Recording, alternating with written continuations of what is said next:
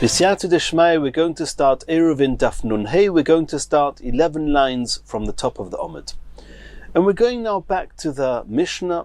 The first Mishnah of this parak was discussing about squaring off a town. If a city was round, or we'll soon see different sizes, different dimensions, that in order to gain the corners and that the Eirov should be measured from a largest possible area as we can, then we actually extend, virtually speaking, we extend the dimensions of a town, and from this virtual extension, from there they actually start measuring the 2,000 amma tchum that people are allowed to walk on Shabbos. Says the Gemara, Tonu Rabbanon, Keitzad ma'abrin es ha'orim. How do we extend the cities, the towns, when trying to establish from where the tchum starts, and thereby knowing where the tchum ends? Says the Braisa Aruka, if the town was a long town, Kamois, that means it was a rectangular town, it was square, it had corners. We already saw previously that with the halachas of Shabbos, everything is measured with corners. And if it's regular, it's a town that's rectangular, then it has corners, and there's no need to extend it in any way. And we'll see in the Gemara what's the chiddush of this halacha. Agula, if the town is a round town, oisin nozovyos, we extend it, so to speak, to form a square. We square it off, and then we measure the 2,000 amos from that square. Merubas, if the city itself is square, ein oisin nozovyos, then we do not need to create corners for it. We do not need to extend it in order to encompass corners. It has corners, it's square. And we'll see in the Gemara what the chiddush of this halacha is. If the city was wider on one side than it was on the other side, for example, if on the west, the western part of the city from north to south was longer than the eastern side of the city from north to south, then we square it off, and we assume that the north and south boundaries of the city are squared to the length of the western side of the city, which is longer and larger than the eastern side. And then once we've virtually squared it off, we then measure the tchum from there.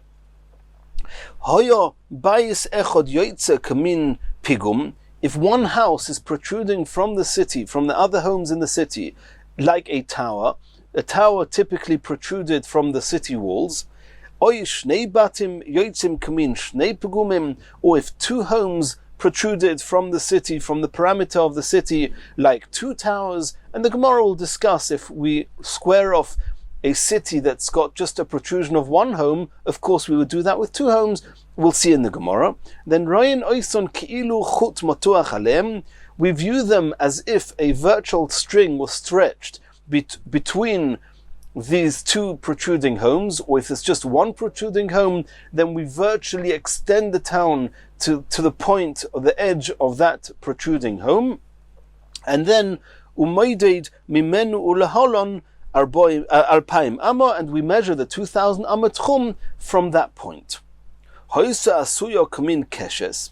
If the town was shaped like a bow, it was going round, and the two ends of the bow are relatively far from each other. We'll see in the Gemara how far, are far from each other, and they go round and reach a certain point, as any bow does, an arc, and then it goes all the way around like a bow.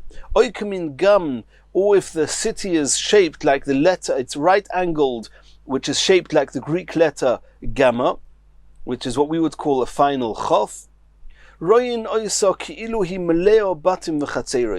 Then virtually speaking, we view it as if the city is totally full, which means that if it's a kamin keshes, if the city is shaped like a bow, then we assume that the whole area between the two ends of the bow are filled, and also at the top of the bow, where there's, so to speak, corners where it's arching round, then it's as if it's filled.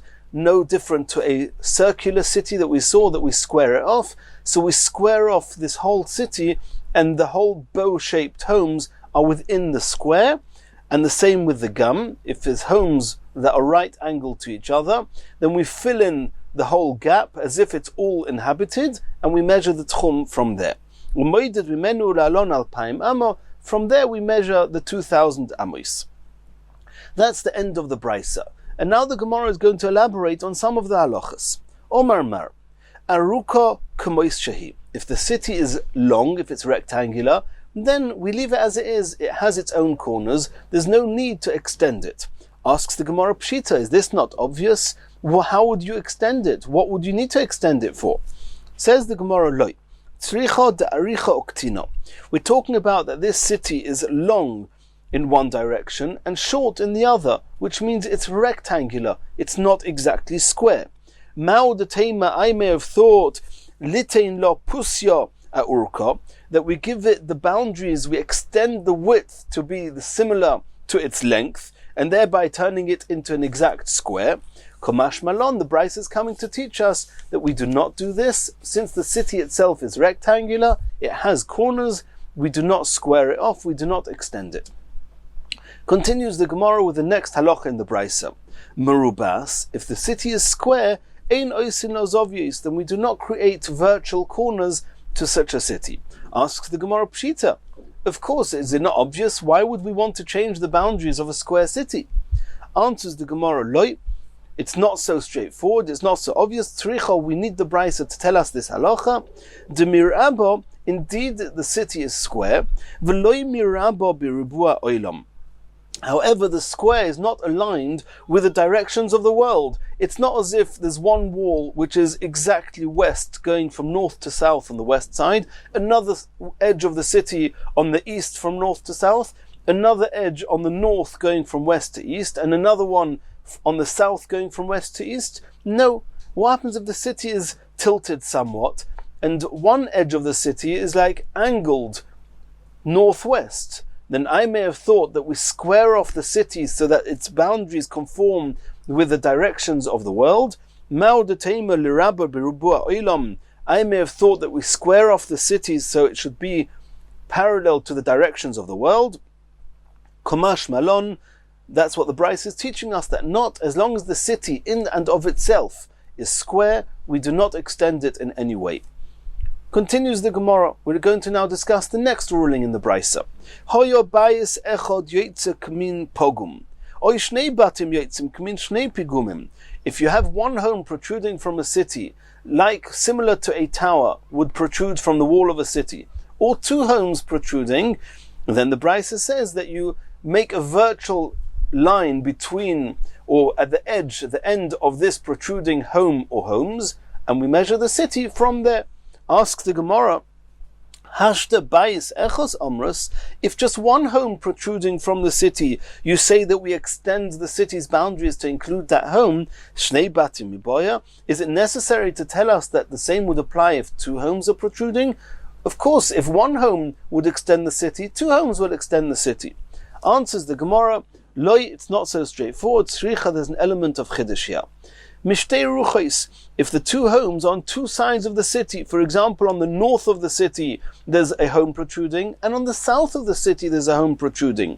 Mao detema, I may have thought, miruach echad omrinon, we only extend the city's boundaries on one edge, on one side, mishtei ruchos le omrinon, but if there's a home protruding on two sides of the city, we would not say that. Kamash Malon, the Bryce is telling us that that's not the case, even on two sides. If there's a home protruding, we extend the city to include that home. Continues the next halacha in the Brisa. Hoysa asuyo kamin keshes.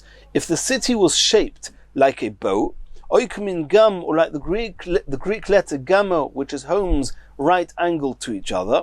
Royin oiso ki'ilu hi meleo botim v'chatzeris. We view the city as if the uninhabited section of the city, which is the inner part of the bow, or the inner part of this right-angled city, it's as if it's filled with houses and courtyards. And we measure the 2,000 amatchum from that virtually inhabited city. Says the Gemara, Omer of Huna, a city that's built like a bow, Im yesh bein shnei rosheo pochis mi'arbos alofim amma.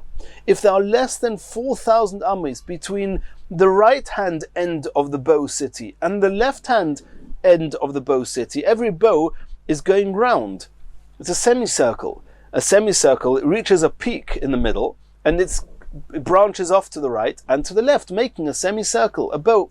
So if the end of the city on the right and the end of the city on the left is less than 4,000 amos, moidim lo min hayeser. Yeser is this string of the bow. We know if you imagine a bow and an arrow, a bow is something which is drawn, it's pulled. The bow itself gets arced round, and there's a string that gets pulled, that is taut from one end to the other end. So we say that if there's less than 4,000 amos between the two ends of the city, then we measure the 2,000 amos from that virtual type of line called a yeser, which is this, so to speak, the bowstring, where the bowstring would be, and that is where we measure the tchum from. V'imlav moidedim lo min akeshes. But if the distance between the two ends are more than 4,000 amos, which means that you could not really get from one side to the other with making an eruv tchumin, because let's remember, technically speaking, the city is going round and the whole area in the middle of the bow is uninhabited.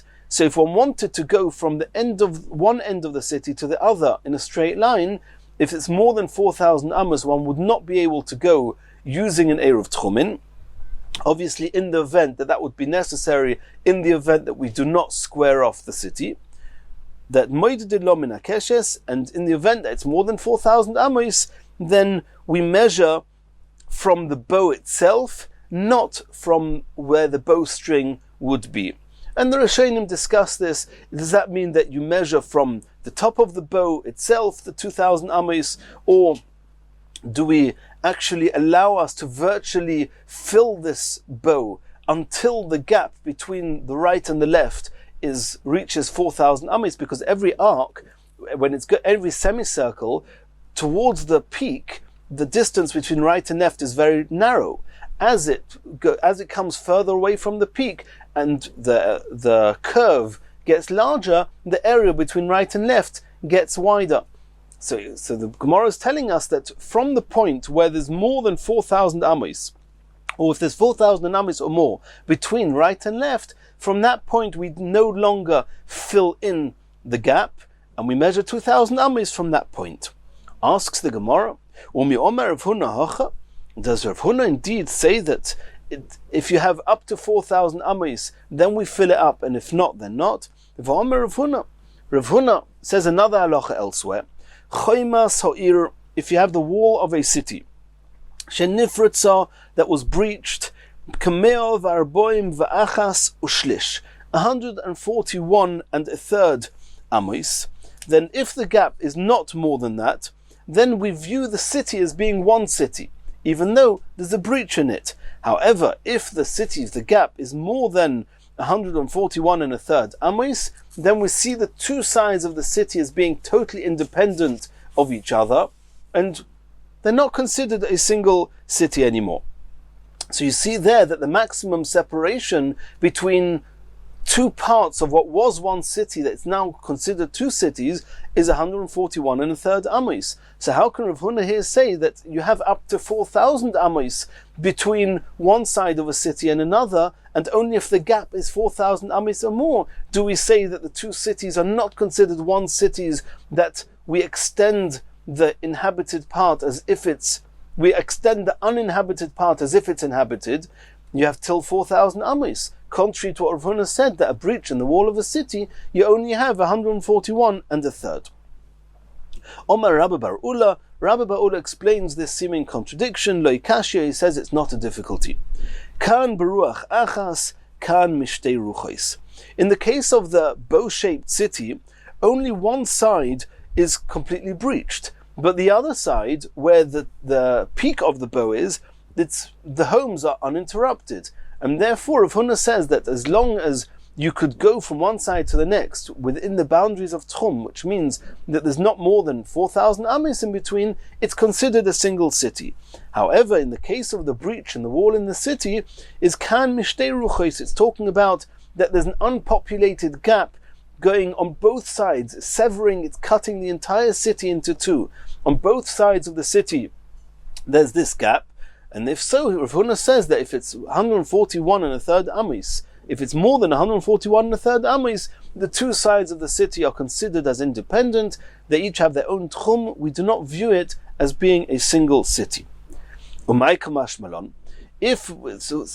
the case of the city with the breached walls is talking about the entire city is cut into two, and there's nothing joining the two parts of the city, then what is Rav Huna coming to teach us?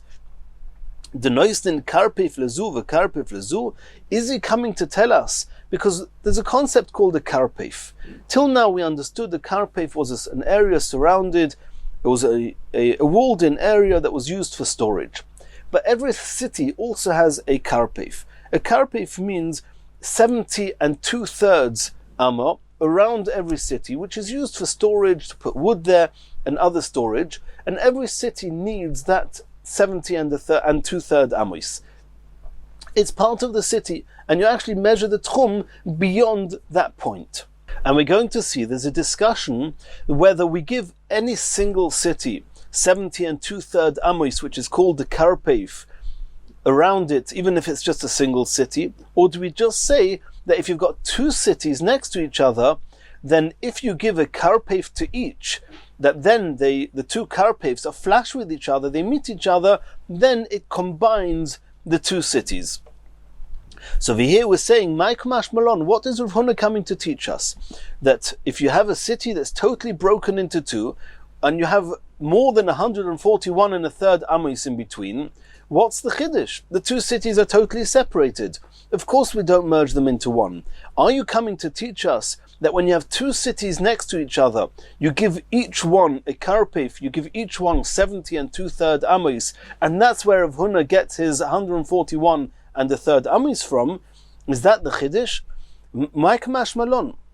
The noisnin karpef lezu, are you trying to inform us, Rav Huna, that we grant an extension of 70 2/3 amos to each of the cities that are next to each other? Rav Huna has already told us this once before. Ditnan, because we learnt in a Mishnah, noisnin karpef le'ir. One gives around a city, one gives 70 2/3 amos around a city where they would use it for storage. And they measure the tchum from there. Divrei Reb Meir, that's the opinion of Reb Meir.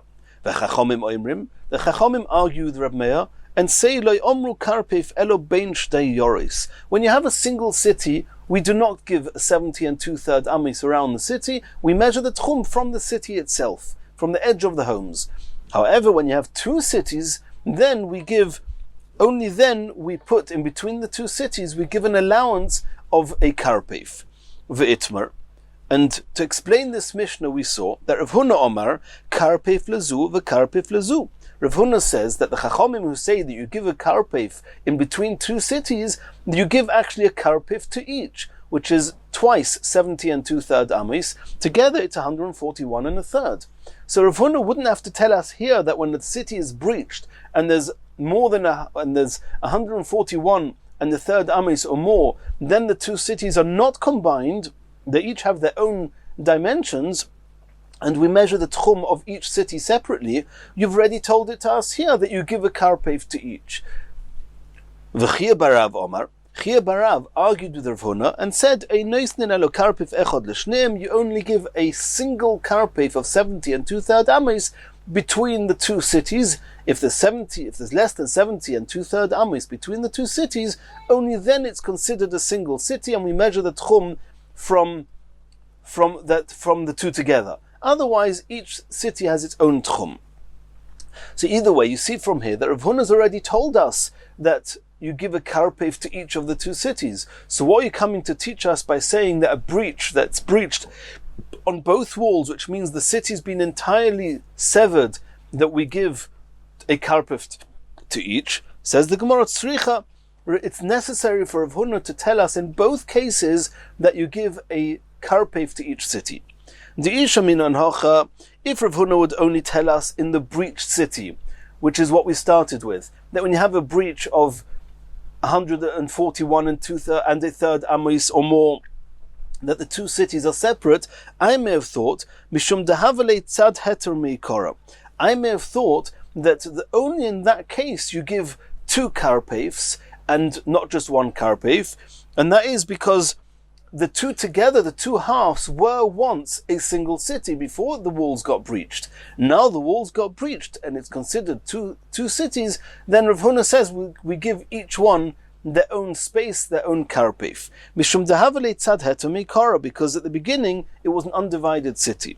Aval hasam, but in the case of two independent cities, when we're discussing how much distance to give between the two, I would have thought that we do not give two karpefs, one to each city. Maybe in that case, Rav Huna would have agreed to Chia Barav that you only give a single karpef between the two. And if Rav Huna had only informed us that when it's an original two cities that you give a karpef to each, I may have thought mishum dedechika tashmishtayu. It's because it's very important. They need to have this space for storage, and if you deprive them of that, you're actually going to deprive them of a regular use of the cities. But in the case of a single city that just got broken, the walls got breached, where they never had this space in the middle of the city for storage. It's just now that the city itself has become breached and there's a gap in between. There, it's not so necessary. They were used to not having this area. I may have thought, we do not give them two karpefs, we do not give them a distance of 141 and a third amos before saying it's two separate cities. Tzricha, that's why Rav Huna had to say that even in that case, we give each of them 70 and 2/3 amos, and anything less than that, the two parts of the city will be considered a single city. And now the Gemara is going to continue discussing this bow-shaped city. V'kama hava bein yeser lekeshes.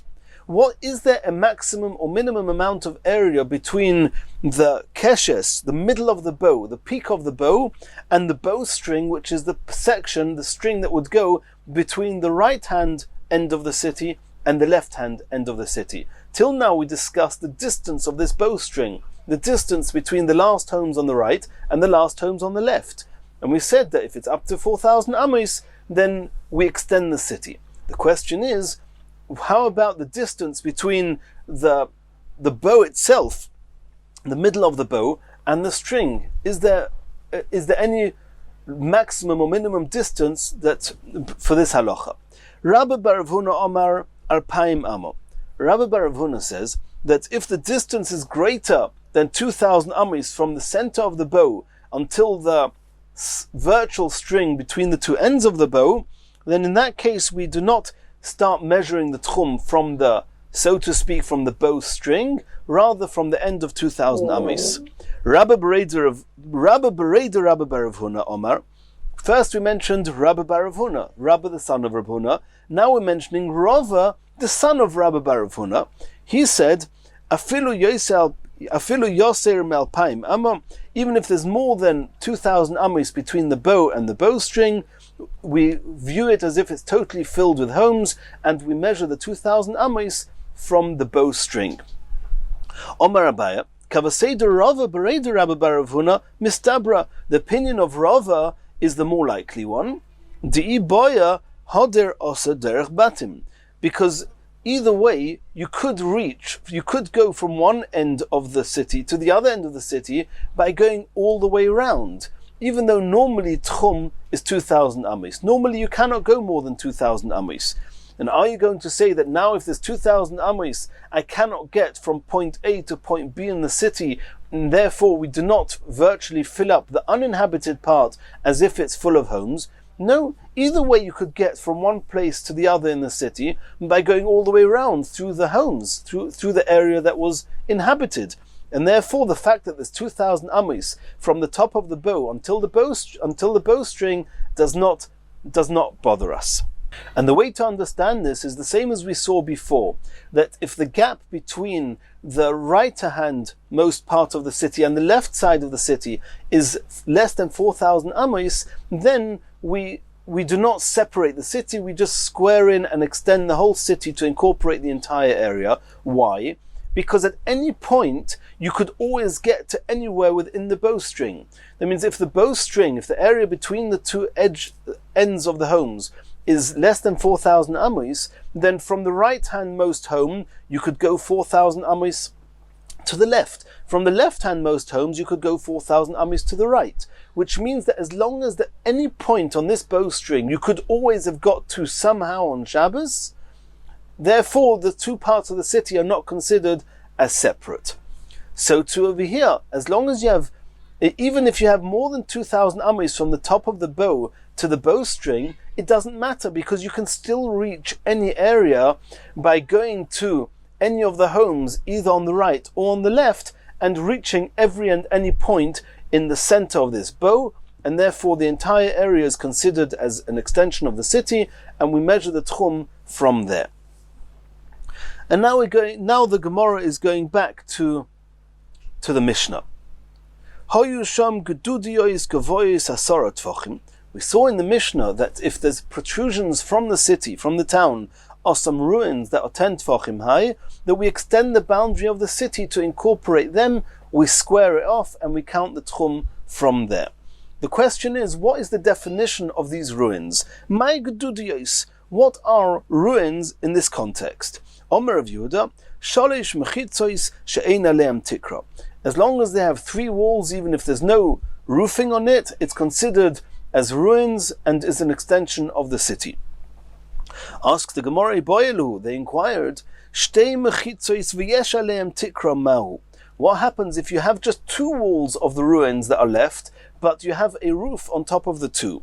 Do we say that they are still considered enough of a resemblance of the home that used to be there? Because the main rule is that anything that's considered a home that is host or is able to be used as residence, that serves as an extension of the city.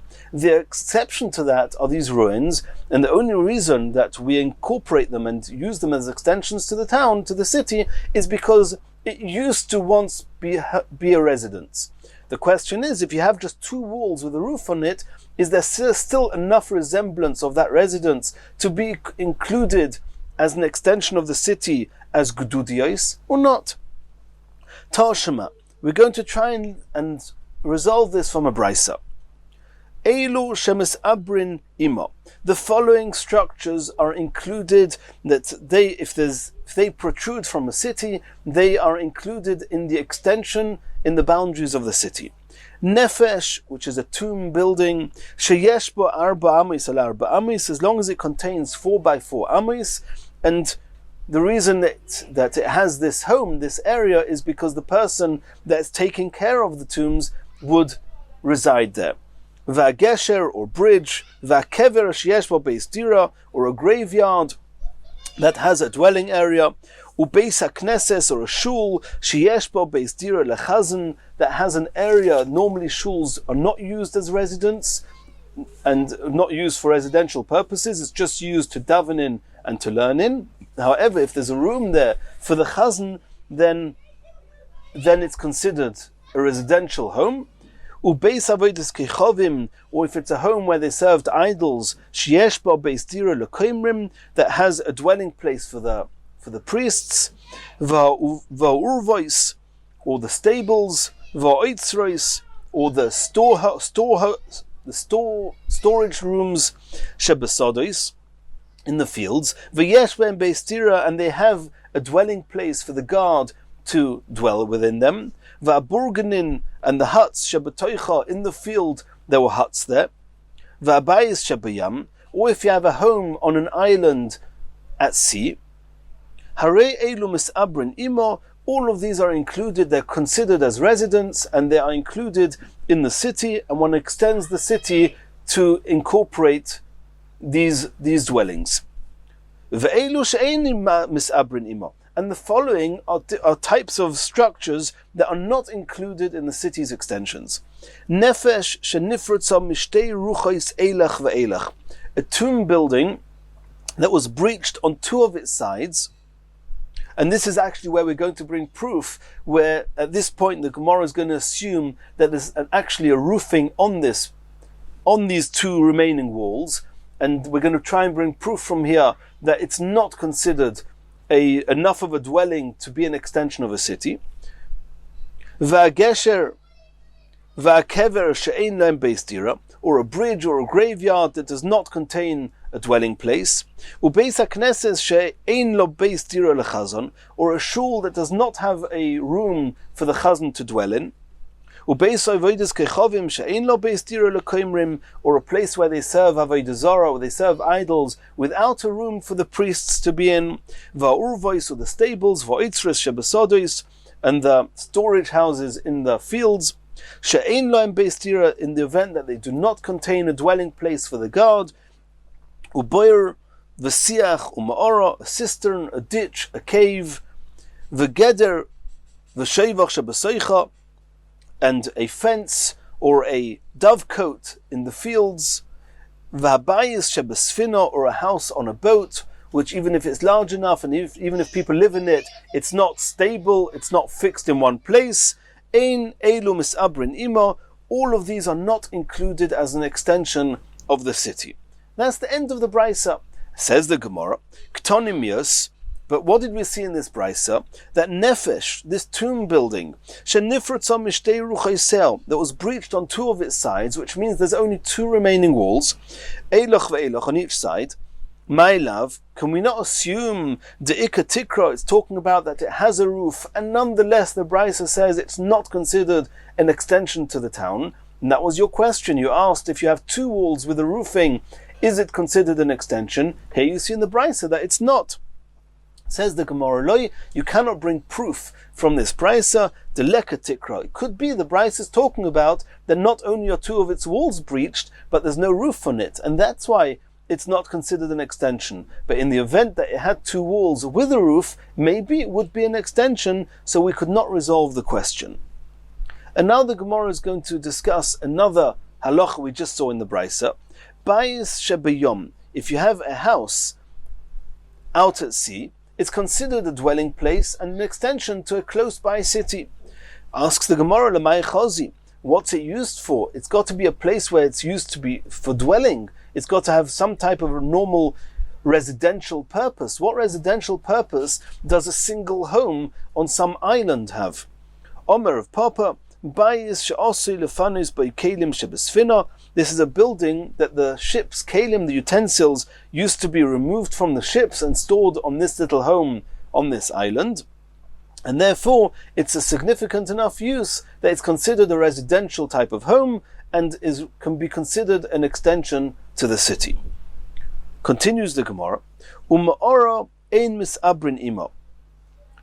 We saw in the brisa that a cave is not considered enough of a dwelling place, a residential place, to be considered an extension to the city. Uma'ora ein misabrin ima. Is it so clear, is it true what we saw in the brisa, that a cave does not serve as an extension to the city? Did we not see that in a brisa explicitly that a cave does serve as an extension? Answers the Gemara, Amar Abaya, Kashiyesh binyon al piyah. The type of cave that it's an extension is if there's a building over the mouth of the cave, and since there's a building, then we can consider the cave as an extension. Asks the Gemara, I don't understand. If the cave has the building, and only because of the building the cave is considered a residential part, then say that the building on the cave is already considered enough of an extension of the city. What do I need the cave for? Answers the Gemara, Lo tzricha lahashlim. In the event that the home itself is not 4 by 4 amis. So as far as the home itself is concerned, it would not be an extension to the city. Together with the cave, then the cave adds the extra area to the home. Now, together with the cave, and thanks to the cave, the home is considered as being a dwelling place of 4 amis by 4 amis, and then it can be used as an extension for the city. Others say that we can answer the Gemara's question is simply if the cave is protruding beyond the home. So once you have a home with the cave, and the cave is now considered a dwelling place because of the home with it, that we actually extend the city till the edge of the cave. Continues the Gemara. Omer Rav Huna, Yoshvei Tzrifin. These people who dwell in huts, they're in no man's land, they're all the time moving around. Ein moidedin lehen elo mi pesach botehem. Then even though there may be a whole load of people in huts, none of them are permanent. They move around a couple of weeks here. When the pasture is over, they move to somewhere else. Then even if there's a few of them together, they do not make up a city. We do not give a boundary around the whole lot. Just every single home, based on every single person in every single hut, measures the tchum from the entrance of his own home, 2,000 amos. Asks the Gemara an interesting question. Moshe Rav Chizda. We saw in the Pasuk regarding Klal Yisrael when they were traveling in the desert. They were also Yoshvei Tzrifin, they were in huts. They didn't have established fixed homes, and they were also from time to time moving around. Vayachanu ala Yarden mi beis hayeshimois ad ovel hashitim ba'arveis moav. Which means that the Klal Yisrael, they camped alongside the Jordan from Beis HaYeshimois until Evel Hashitim. V'omer Rabbi Bar Bar Chana, Omer Rabbi Yochanan. Rabbi Bar Bar Chana said, Ledidi chozili hahu asra. I saw that area, which was the area that encompassed the entire camps of the Jewish nation in the desert. V'hava tlasa parasa al tlasa parasa. It was 3 parasa by 3 parasa, which is 8,000 amos by 8,000 amos from one side of the camps to the other. V'tanya, we learnt in a brisa, kasheim nifnim, when somebody had to relieve themselves within the camps, ein nifnin loy lifnem v'loy litztadem. They would not relieve themselves in an area ahead of the camps, nor in the area on the side of the camps, because they never knew at what point the camp would have to travel in that direction. But behind the camps, they would be able to relieve themselves. That means if anybody in front of the camp had to relieve themselves, they had to walk right to the back of the camps, which was 8,000 amos away from the front of the camps, and relieve themselves there. And the question is, if you say that people living in tents, in huts, we do not say that since we have a whole community of people like this, it constitutes a town, and they're all considered as a single, so to speak, 4 amos, and the tchum is from the edge of these people's huts. No, we just now said that every hut has to measure its own tchum. If so, every person in the desert would have just 2,000 amos to walk around his tent on Shabbos. So how can the people at the front of the camps go all the way to the back of the camps, 8,000 amos away? Answers the Gemara, Omale Rava answered to Rav Chizda, Digle midbar ka'omrus, are you trying to bring proof or a question from the flags in the deserts, from the encampments in the desert? Kiven d'chsiv b'hu, since it says in the Pasuk, Al pi Hashem yachanu, by the word of Hashem they would camp, Val pi Hashem yisou, and by the word of Hashem they would travel, command kvir luhu domi. Since they didn't move without a specific instruction from Hashem, then every single encampment was considered permanent. It was not considered a temporary type of dwelling, and since it was permanent, then we can include all these dwellings as one. This whole community constitutes a town, and therefore the entire camps of Klal Yisrael is considered a single 4 amos, and there was no issue of going from one side of the camp to the other on Shabbos. Omer of Chinana, Bar of Kahana, Omer of Ashi, Im yesham sholosh chatzeros shel shnei botim hukvu. And then this seems to back what Rav Huna says. That Rav Huna said if you only have dwellers of huts, that they do not form a community, they do not constitute a town, unless you have 3 courtyards, and in each courtyard you have 2 homes, which only then you have the nucleus of a city, And then all the other huts can be called huts to be extensions of that city and will all be included in the town. But if you do not have 3 courtyards with 2 solid permanent homes in each, then we do not incorporate all these huts to constitute a city. So you see from here that just huts without homes and courtyards is not a city, like Rav Huna said before. And now the Gemara is going to discuss a little bit some other ramifications of these temporary dwellings of people that just nomads and they do not have permanent place to live.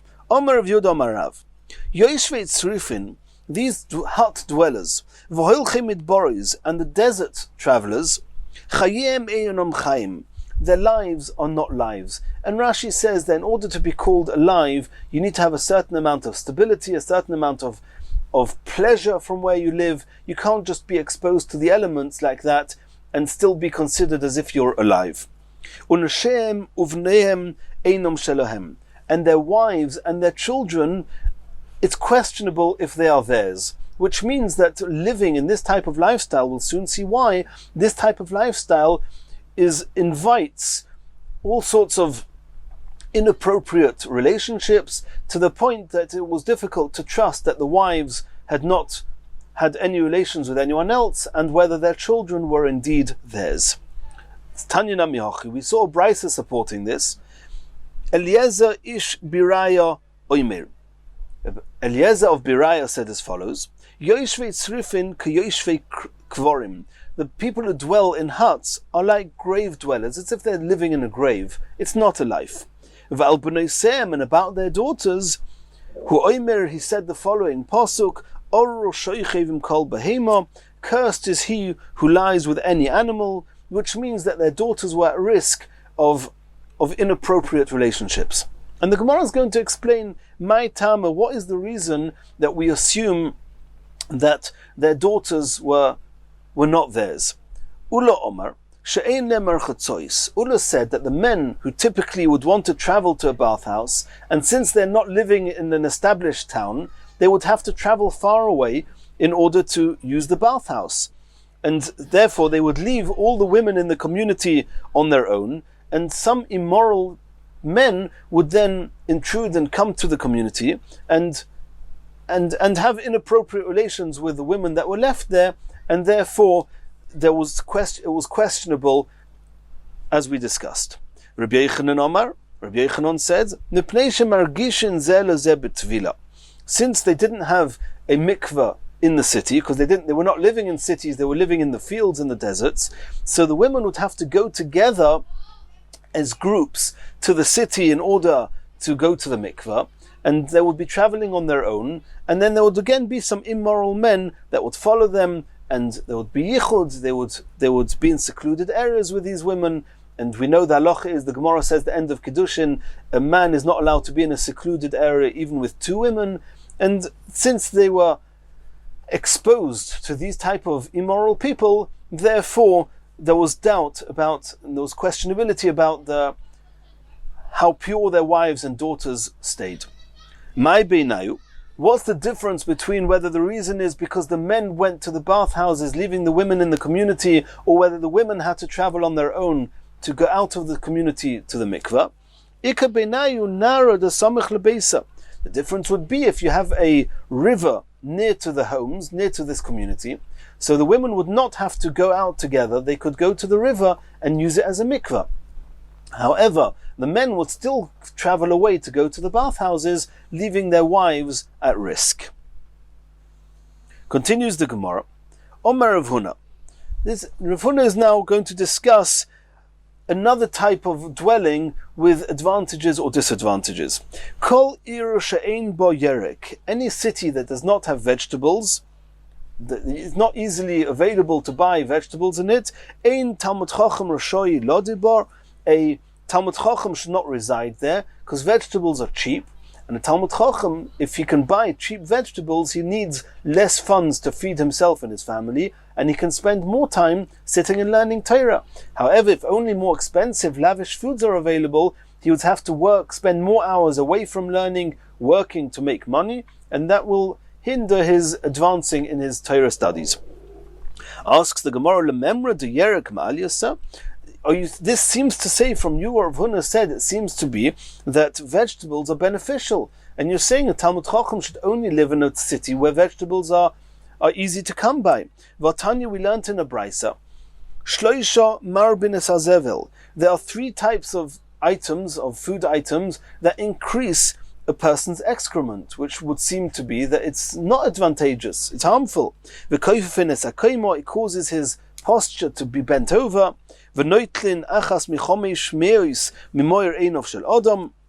It takes away, it causes a person to lose a 1/500th of his eyesight. And these 3 things are as follows.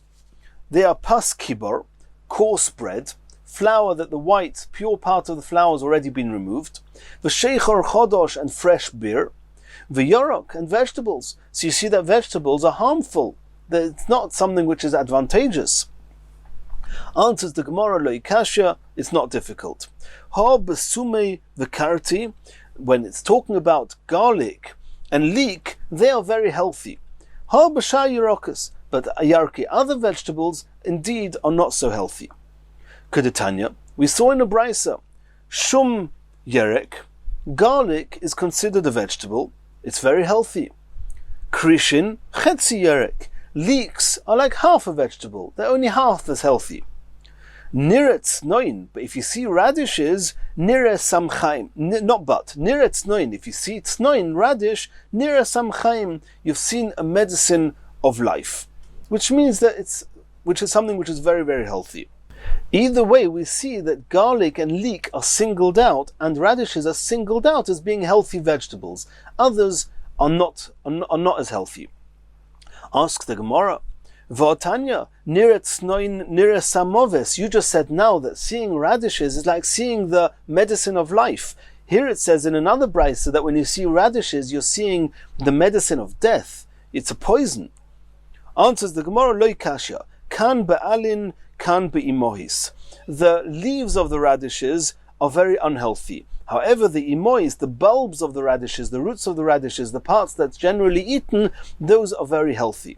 Kan be'imois hachamo, the radish roots that are very healthy is very healthy mainly or especially in the summer months. Kan be'imois hageshomim. However, when in the winter, when it's rainy, at that period, eating the radishes is not healthy. Continues the Gemara, Omer of Yudah Amarav, another statement regarding what type of city is healthy and appropriate to live in. Kol iru sheyesh ba mailos umarodis. Any city that's got lots of hills, it's got ascents and descents. You have to walk up, walk down, and it's quite difficult to travel through.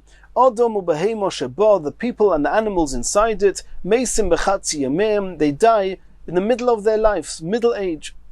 Asks the Gemara, does that really happen? You really think that people die and animals die half their lives? What